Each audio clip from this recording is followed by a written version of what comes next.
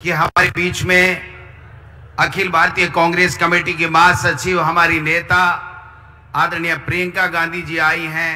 हम सब तालियों की गड़गड़ाहट के साथ उनका हार्दिक अभिनंदन करें, स्वागत करें।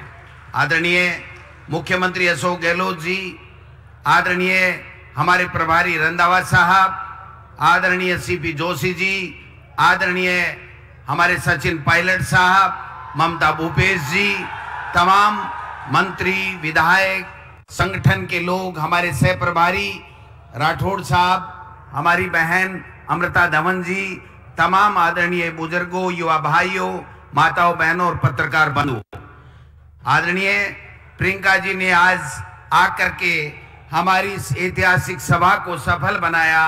हम उनको सुनना चाहेंगे, लेकिन मैं एक बात निवेदन करना चाहता हूं कि देश के प्रधानमंत्री जी ने 2 बार पिछले चुनाव से पहले प्रदेश के लोगों के साथ ये वादा किया था कि हम अगर केंद्र की दोबारा 2019 में सत्ता में आए तो हम ईआरसीपी को राष्ट्रीय परियोजना घोषित करेंगे।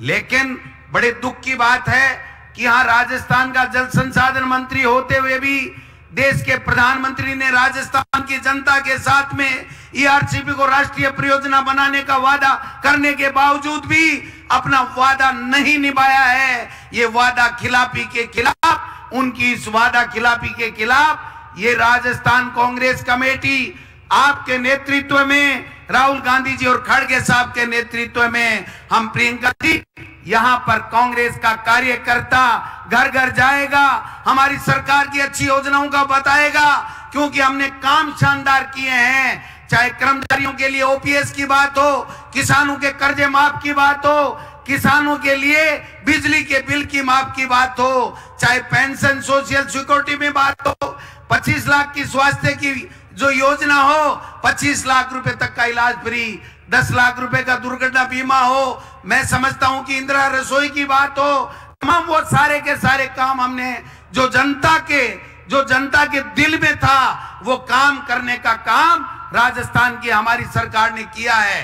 कांग्रेस का कार्यकर्ता हमेशा बब्बर शेर की तरह गांव गांव जा रहा है, ढाणी ढाणी जा रहा है और बता रहा है कि आप बताइए कि केंद्र की मोदी सरकार ने जो वादे किए थे, चाहे वो महंगाई कम करने का वादा किया था, चाहे वो बेरोजगारों को रोजगार देने का वादा किया था, चाहे किसानों की दुगनी आमदनी करने का वादा किया था, वो वादे नहीं निभाए।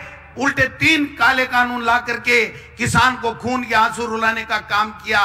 लेकिन उल्टे हमारी सरकार ने 16,000 करोड़ रुपए का कर्जा भी माफ किया। और जिस ईआरसीपी की हम आज बात करने के लिए आए, जो केंद्र की सरकार हमें वादा खिलाफी कर रही है, ईआरसीपी को राष्ट्रीय परियोजना नहीं बना रही है, उस ईआरसीपी की योजना को हमारी सरकार ने दोनों बजटों में 23,000 करोड़ रुपए बजट देकर के चालू करने का वादा निभाने का काम किया है। एक तरफ केंद्र की वो मोदी सरकार है जो वादा खिलाफी करती है, जो 9 साल पहले जो वादे किए थे न उनको पूरा कर रही है, न किसान का ध्यान में है, न माता बहनों का ध्यान में है, केवल झूठे वादे करके वोट की फसल काट करके राजनीति कर रहे हैं। आदरणीय प्रियंका जी, जब आप टोंक में निवाई में आई थी, उसके बाद में एक वातावरण बना है। हमारी माताएं बहनें कह रही हैं कि अब की बार 2023 का चुनाव हम माता और बहनें प्रियंका जी की बात के ऊपर मोड़ लगा करके राजस्थान में ऐतिहासिक समर्थन के साथ में राजस्थान में कांग्रेस की सरकार बनाएंगे। और 2023 में कांग्रेस की सरकार बनेगी तो ये मान के चलना 2024 में मोदी सरकार का दिल्ली से तख्ता पलट होगा, इस बीजेपी का सुपड़ा साफ होगा। ये मैं निवेदन करने के लिए आया हूं।